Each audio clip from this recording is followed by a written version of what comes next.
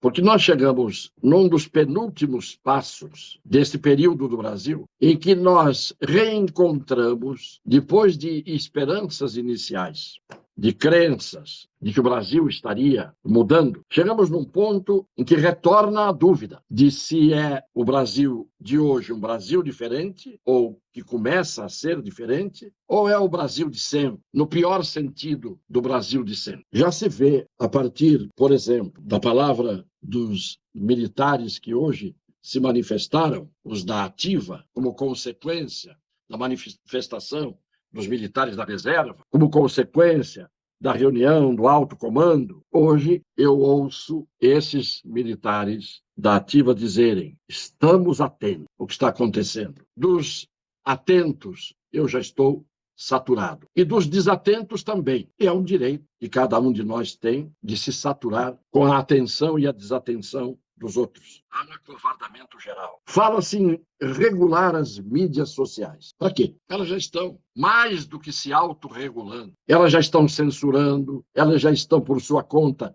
tirando os seus usuários do ar, elas já estão cancelando, elas já estão diminuindo os compartilhamentos, as visualizações, o alcance do que a gente faz. Depende do que a gente diz. Se a gente resolver começar a falar de assuntos banais, elas liberam os vigilantes das plataformas, os robôs e os terceirizados, contratados para nos monitorar. A que ponto chegamos? O Supremo Tribunal contrata gente terceirizada para nos monitorar, para nos fiscalizar. Estes, sim, estão atentos.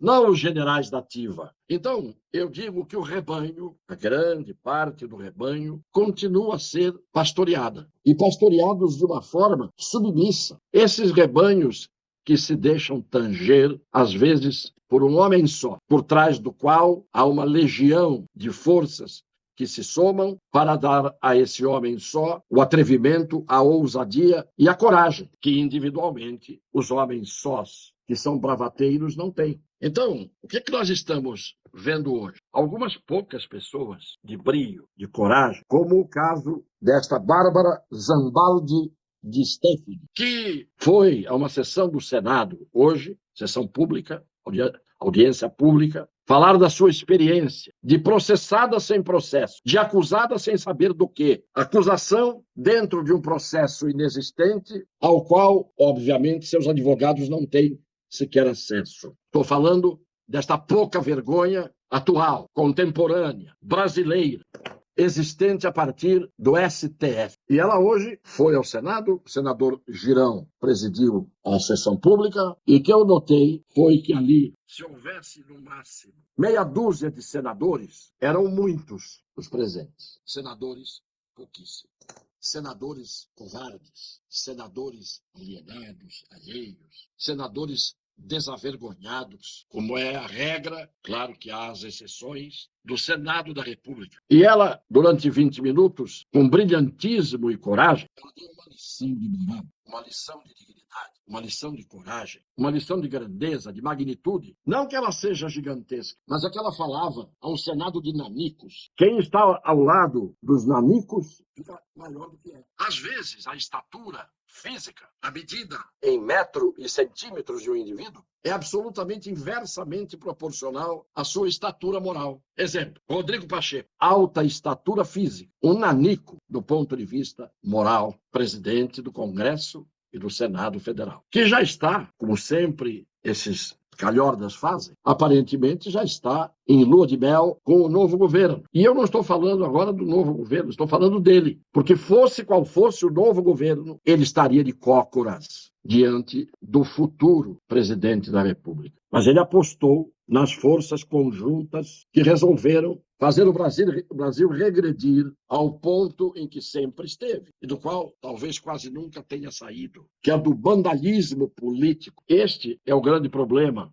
da nossa história pobre de grandes vultos, de grandes homens e escassa de heróis. É triste a gente ter que dizer isso de uma grande parte de um povo que vai só até a página 13 com o seu idealismo. E o livro tem muitas páginas. Vamos ouvir só um pequeno trecho da fala desta Bárbara Zambaldi de Stephanie, hoje na comissão do Senado, em sessão de audiência pública, se dirigindo a quem estava ali, aos poucos senadores, que certamente, envergonhados, estarão vendo a Bárbara pelas redes sociais, pelo noticiário, que ali, diante dela, pessoalmente, eles não foram. Provavelmente porque a ausência deles naquele momento não é apenas um sintoma de covardia, é um sintoma de que uma grande parte deles não presta, como nós sabemos. Um trecho da Bárbara. O que eu estou pedindo aqui